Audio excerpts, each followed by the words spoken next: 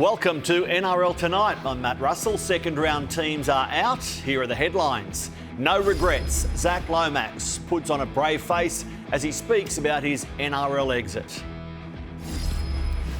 Talking tough, Benji Marshall pulls no preseason punches. So how will the Tigers look after a round one bye?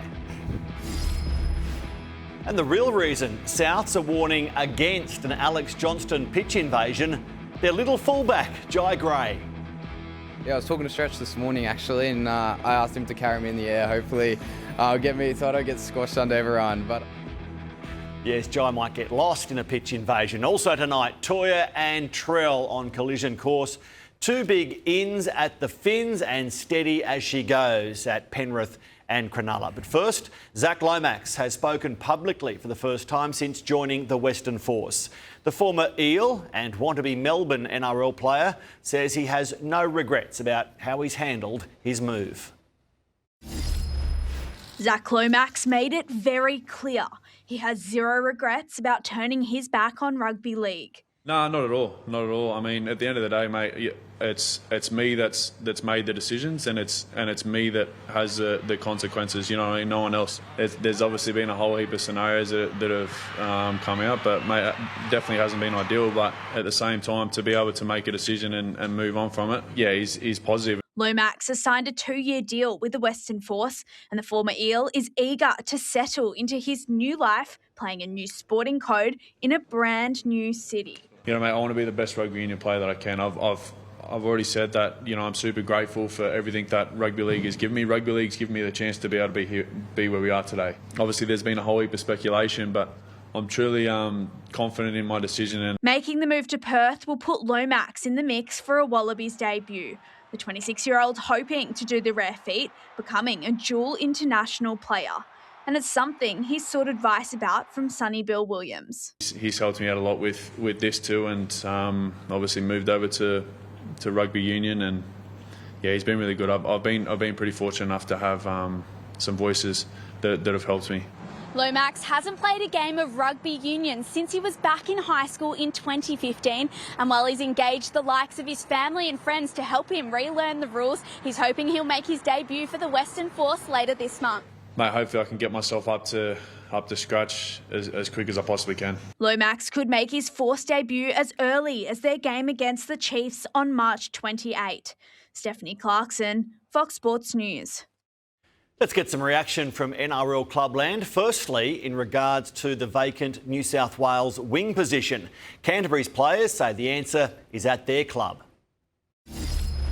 Oh, without a doubt he could. I think he's arguably one of the best wingers in the game, and see how valuable he is for our team. He's going to do the exact same in a Blues jersey as he does in a Lebanon jersey or an Australia jersey. So I've got no doubt it's not if but when, and when he gets that opportunity I know he's going to make the most of it without a doubt. So hopefully we can see him there this year.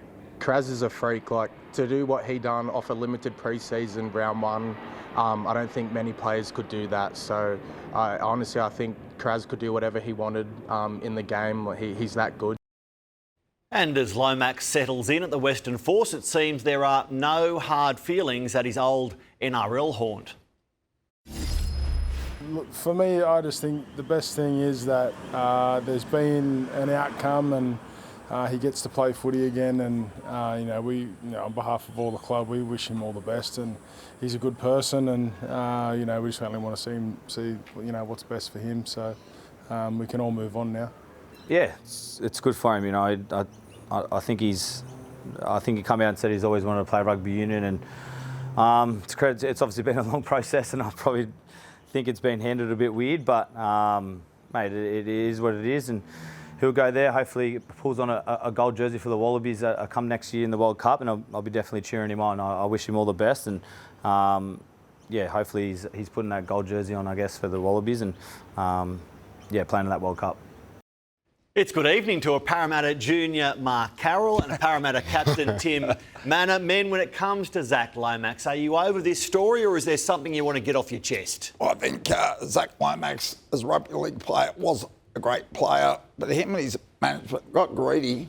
It's good to see a contract is actually a contract, and for Parramatta to dig in deep, mate, well done. Perfect segue to you, Tim. Are you proud the way your club handled the situation? Yeah, well, I'll firstly say that, I do like Zack as a person, and I'm very happy that he's now sorted and he can move on with his career. But if I put my Parramatta hat on, I'm very proud of the way the club handled it. I think some really strong leadership. They have a new chairman in Matt Beach, who has been very refreshing for the club in terms of the way we approach situations like this. In the past, I feel the club probably hasn't nailed, those strong stances, and I think the club's turned out really strong with the way they've handled this, and it's a good sign for the club to be able to go through something like this. They had their backs against the wall. The NRL was against, the Storm was pushing hard against them, but for them to stick their heels in and get that result was really good.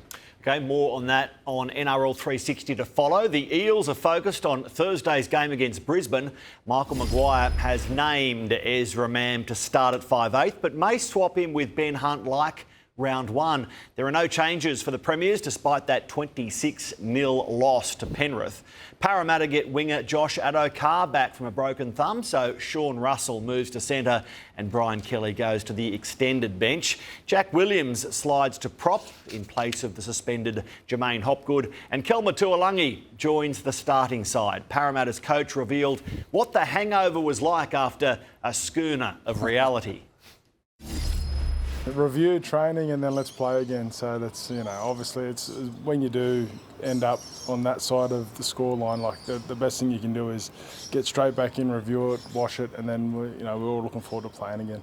It is round one, but there was a few things in there that it wasn't up to our standard. We probably set a high standard for ourselves in the pre-season, and that wasn't up to standard. We hurt ourselves on the weekend. We didn't complete high, and we didn't get into the footy that we like to play, and we didn't get to show that. I think we did it for maybe 5 minutes of that whole game. So, we need to be better. It's a bit of a reality check, I guess, for us. And like you said, we've got a young squad, so we have to bounce back. Now, gents, amid all your success, I dare say you too had to drink from the schooner of reality at times. So, what's this week been like for Para and Brisbane? Both bitterly disappointing in round one. I think first, I love those comments. Very refreshing. I knew what you were mate, doing. As Mitch said, it's round one. You don't win grand finals in March. Yeah. I unfortunately had a lot of schooners of that reality when I was playing, so I know the feeling. I think it's important that they kind of shake that off, because that defeat in Melbourne was a poor loss. But I've got a lot of faith in Jason Riles. I think the team can shake that off and look forward. Unfortunately, they're playing a team that I'm terrified of at the moment. A team like Brisbane with their talent, a disappointing game for them as well up round one. So Parramatta's going to have a tough task against the Brisbane Broncos this week. It's going to be probably one of the hardest assignments of the round, to be honest. Especially when Ezra Mam has been named to start this weekend. Will it happen? Was it an error bringing him off the bench against Penrith? Does Michael Maguire go, you know what, I got it wrong, Ezra, you're starting? I think he did. He probably tried to play mind games first game. They've practiced all week, all off-season to be there, and it's come back to bite on the backside. But I think Ezra Man has to start. I think they just need the energy. He brings a lot of energy when he's on the field. I think they need to start off with that and come out of the blocks to start this game hard. The Eels won their only match against Brisbane last season. Are either of you willing to tip the Broncos will be 0-2 after this weekend? Spud? No. Tim? Oh, it kills me to say. I can't. Leave me out of it. Let's get to Friday night. Rob Toyer has beaten a foot injury and comes in at centre for the Roosters. There are changes to the starting pack where Siwa Wong and Egan Butcher have been handed run-on roles. At South Sydney, Jayden Sullivan is the starting halfback amid the absence of Jamie Humphries, Jonah Glover and now Ashton Ward. Yeah, I'll just back what Coach said after the game.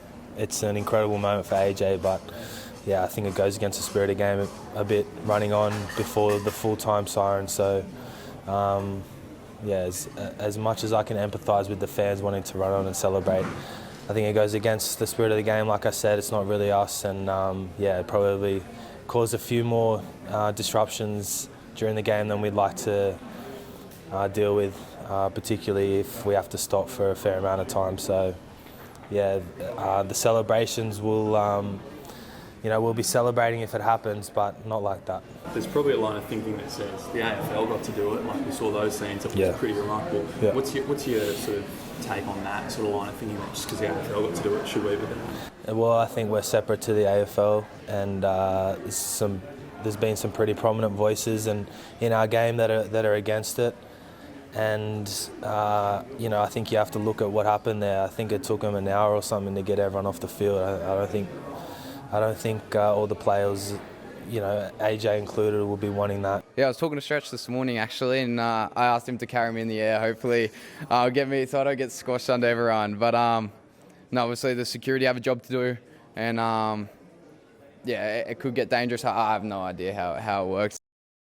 Stretch is the very tall Campbell Graham. Can you imagine the South Sydney winger holding Jai Gray up above the crowd to protect him? But does Alex Johnston get the 2 tries required this Friday? Do you two run on the field? The way they play at left edge, I get the odds are high.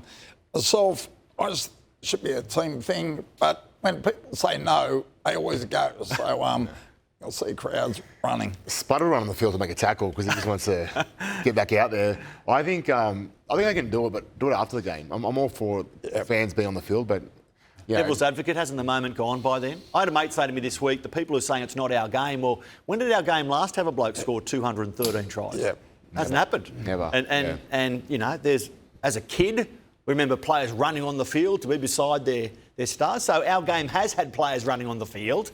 But that's a mate. Do I take that you're all for it? Look, I want the moment to be celebrated in the best way possible. I'm imagining the paper the next day, on the back page, a beaming Alex Johnston, maybe crowd surfing above jubilant South Sydney fans. So I am not vehemently against a pitch invasion, but I am conscious of player safety. And I don't want the game as a whole to be destroyed by the moment. So I'm being a bit hypocritical. How does it work with scheduling? If it takes an hour to get the crowd off the field, how does it work? Why would it take an hour? Why can't it be done in 10 minutes? Didn't they say with the AFL? It's like Roosters, they don't go to the games, do they? They actually support them. There'll be plenty of South Sydney fans there. What about South Sydney's left edge? Walker, Fafita, Mitchell and, of course, Alex Johnston. How much damage is it going to do as the season goes on? And the Roosters' right gets Rob Toya back, so plenty to watch in that positional battle. Left edge for feet. I got it look good. Yeah, you've got Latrell, this menacing players, the way he stood over people, and they just look sharp. I think it's not left side, also right. Yeah. Plenty. The Chooks, they were cooked in New Zealand. The Bunnies running up a big score in Brisbane. What happens on Friday, Tim? Gee, I love your writing. The Chooks were cooked in New Zealand. I love it. I think just be wary of the Chooks. I've still got them as a powerhouse this year. I know it wasn't a good game for them round one, but they've got the ability to win the comp. So I'm not going to write them off at all after that first game. We're off to beautiful Bathurst on Saturday night, and hasn't this game been set up? Penrith and Cronulla, very impressive winners in the opening round. The Panthers are unchanged, so still no Liam Martin or Isaac Tungor. Likewise, Cronulla unchanged, still no Teague Wilton. The forecast is good.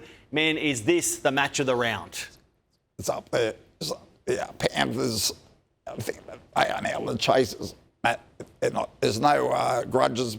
Teams want to beat them. What Broncos and the Sharks attackingly you look great, but the thing is, Panthers, their thing is defence. Very hard to get through. Tim, Penrith's defensive clean sheet in round one against Cronulla's 50-point attacking masterclass. What's going to win out? He sets up a beautiful clash, doesn't it? I still think Penrith have a few gears in them. I know they had a good win against Broncos, but they've got a lot more improvement in them as well. Sharks, their attack was great. I don't know how much of it was Sharks' brilliance or Titans struggling to get off the mark, but it sets up a beautiful contest this week, and I can't wait to see it. The bookies have the Panthers as outright premiership favourites. Don't know whether you agree with that. Cronulla, they are listed on the 7th line of betting, which of course we do responsibly. Don't know whether you agree with that. So what do you fellas think? Penrith favourites and Cronulla as low as 7th? Well, there's no home ground advantage. That's one thing. But I think Penrith Panthers, what a game. As you said, Matt, the Sharks threw a lot at Titans and it all came off, so can't wait. I agree with it. I think I got Penrith there as my favourites, and I think the Sharks, judging on the way that they performed the last 4 or 5 years, they probably haven't earned the right to be considered a favourite or up there until they can prove themselves at the end of the year. Plenty of Sharks fans will say, Tim, are you seeing this vision? Look how good we were. But Sharkies fans, one win to start the season doesn't make a premiership. West Tigers make their first appearance of the season against North Queensland at Leichhardt Saturday afternoon. Massi Makasini starts the season at centre following his outstanding pre-season challenge form. Fellow teenager Luke Lau-Lili'i gets his shot on a wing.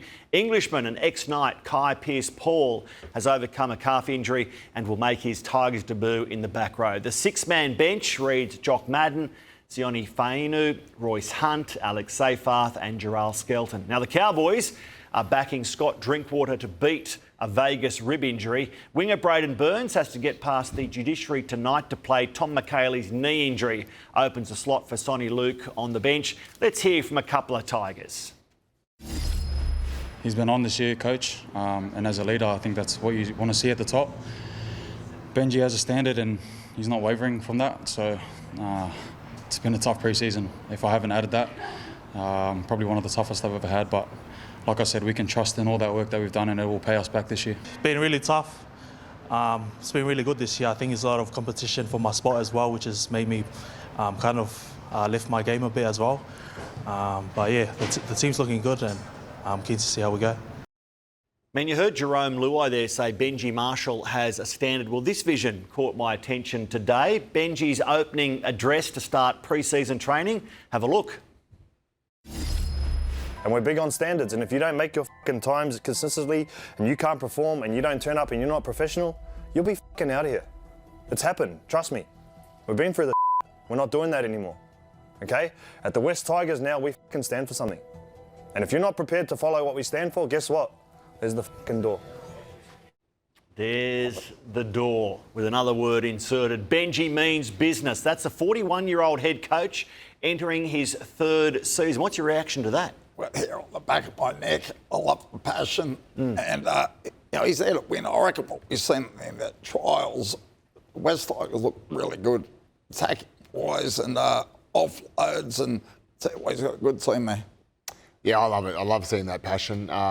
They're on the up. They improved a lot last year, and they've got a lot more improvement in them. They've got some exciting youngsters coming through, and I can't wait to see them develop as well. Including Massi Makasini. Now, Steve Roach backed him to be the Tigers' best rookie since Tim Brasher. What do you think about that? Agree?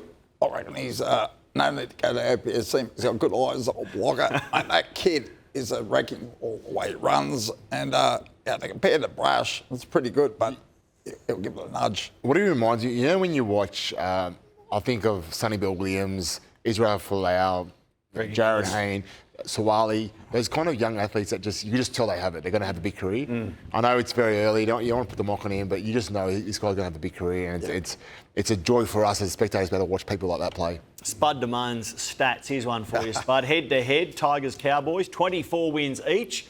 But the Cows have won the last 5. They really need to go 6 in a row after their Vegas performance. Will they have Braden Burns? He needs a downgrade at the judiciary tonight. This was labelled a grade 2 tackle by the match review committee. Burns is expected to follow the Nathan Cleary template in arguing it's only grade 1 by producing a series of still frames to show that initial contact was not illegal and that force is not illegal in the game either. Spud, does he have any joy tonight or not? Well, I think I might have to go to OPSM because I read that flush, and the thing is, you can tell, you know, he hit him. He got over the top straight away and make sure he was okay. It's a bad tackle. That was flush. He won't get off. I think where the trouble's going to be is both his feet come off the ground. And once both your feet come off the ground, it's a lot harder to control anything. I think that's going to be a point that will come up tonight in the judiciary. Here it is again. Watch the feet. Are they off the ground? Well, they're just covered there by the lower frame. But anyway, they were elevated. Was it at contact or after contact? The judiciary will trawl over that tonight. After the break here on NRL Tonight, we're off to Papua New Guinea as the Chiefs chase facilities fit for a king.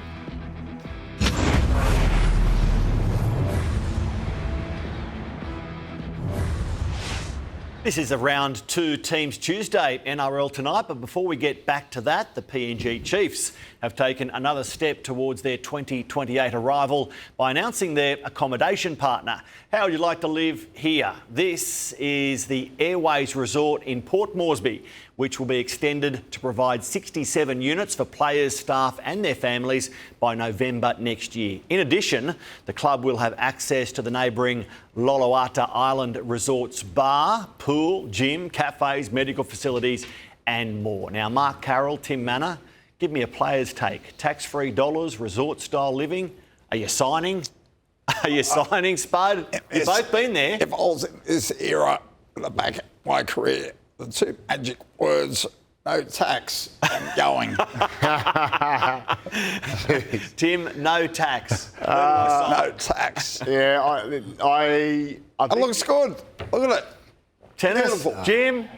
Jim, We didn't put the bar in. We didn't want to advertise that. You keep thinking about it, I Jim. prefer the great city of Parramatta, guys.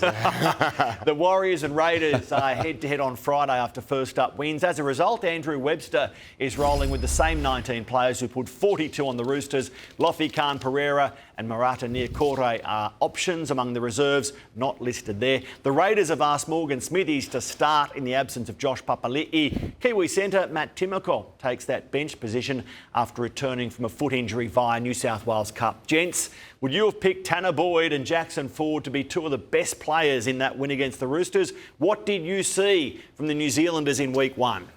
I said, Warriors, they've read the papers over here saying the Roosters got to win the comp, and they came down and pulled their pants down. They were brilliant. Through the middle, also on the edge. Fantastic. They've got to handle Noah Martin, though, this week. You said he'll be a cult hero there at Canberra. How good is he? The mullet was away, but yeah, your thoughts, Tim, on the Warriors? Yeah, well, you call the Sharks penalty game the game of the round. For me, it's this one. I think this game is going to be an absolute cracker. I hurt knowing that Ethan Sanders was a para junior because you just knew from a young age he was going to be a superstar, and we just got a taste of it on the weekend. The Warriors, they've started the year and made a statement, so I think both teams are really impressive the way they started the year. I'm looking forward to this game. From two winning teams to two beaten teams, the Dolphins and Titans wrap up the round on Sunday evening. Big ins at the Finns. Max Plath and Ray Stone have been named on the bench. Josh Hannay is sticking with the same 19 players who went down to Cronulla. Hooker Sam Verrills left the field with a sternum injury, but he's been named to play. Yeah, we had a good chat after the game, and he sort of just said, he sort of apologised and took the blame, but it was all right. I think we didn't turn up as a team. We sort of missed the start, but yeah, focusing on this week against the Redcliffe Dolphins. So yeah, be good to get one back. When you say he apologised and took the blame, can you be more specific about what he took the blame for, or what were his words there? He sort of just said he didn't prepare us well enough, but I don't think we accepted that as a team. We just said we needed to start better, so that's about it. Interesting, Josh Hannay takes the blame and he's backed it up at the selection table by making no changes. He didn't miss any tackles, drop any balls or throw any wild passes. What's the message he's trying to get across, Spud? It's like the era of coaching. I love the way he talks, what he's saying. Guys, I've got your back. Go out there and get your mates back. And all the fans will see a better response. They look good. The semis of the final challenge. I think the Titans, I'll give a good run. Tim, the Dolphins gave up 40, the Titans gave up 50. What's the winning score in this game? Yeah, well, they both need an attack at least. I love that Josh Hannay took the blame, though. I don't think it's his fault, but so many times you see coaches when they're under pressure throw their team under the bus, and I love that he just kind of backed his team, made no changes, which says a lot as well. Saturday evening in Wollongong, St George Illawarra host Melbourne after a golden point loss to Canterbury. In Vegas, Shane Flanagan has named an unchanged squad, so still no Jacob Little. Melbourne's Tui Kamikamitha comes in at lock for Alec McDonald's head knock. Jack Hetherington returns from suspension on the bench. Sean Blore is on the comeback trail from an ankle injury as a reserve. Not only did Melbourne maintain their unbeaten round one record under Craig Bellamy, they had their biggest ever round one win. How good are the Melbourne Storm, Spud? I picked them. No, I didn't. I think I went for an upset there in Parramatta, but Melbourne Storm, they're so strong, aren't they? Yeah. Freakish. I'm looking forward to this challenge. Dragons showed some really good signs at round one. Dragons have won their only game against Melbourne for each of the last 2 years. So they've never won 3 in a row against the Melbourne Storm, but it's in Wollongong, Tim. You're going to tip an upset? Absolutely not. You look at that spine of the Melbourne Storm, and even though I thought Parra was going to win round one, when you see that spine in action, you realise why they are what they are. And Craig Bellamy, like, he keeps losing talent, and everyone thinks this will be the year they slide. And I think they're going to win comfortably on the weekend. Finally, Manly v Newcastle on Sunday. Kobe Hetherington starts this week because of Siosiua Tokiaho's calf injury. After one NRL game at Newcastle last year, prop Paul Bryan is set for his club debut off the bench. Last week's unused young gun, Joey Walsh, is in the number 14 again. For the Knights, Sandon Smith takes over in the number 6 jersey because Fletcher Sharp's knee injury needs at least another week. Back rower Francis Manu Leilua has been added to the bench and is in line for his NRL debut. After such an impressive performance in Vegas, we look forward to seeing more of Dylan Brown and Kalen Ponga, but there's no Fletcher Sharp, and without him, the Knights are 0-11. So since his debut, they've never won when Fletcher Sharp is out. Right. Who do you tip quickly? Manly, 4 points, packed crowd. Newcastle, I love Holbrook, love Dylan Brown and what they're doing. I think they're going to have a good year. Off the back of their Vegas win. Correct. Spud Carroll, Tim Manor, thanks for joining me for Teams Tuesday. The headlines all night here on Fox Sports News. Gemma Barge up next. For viewers on Fox League, stand by for NRL 360.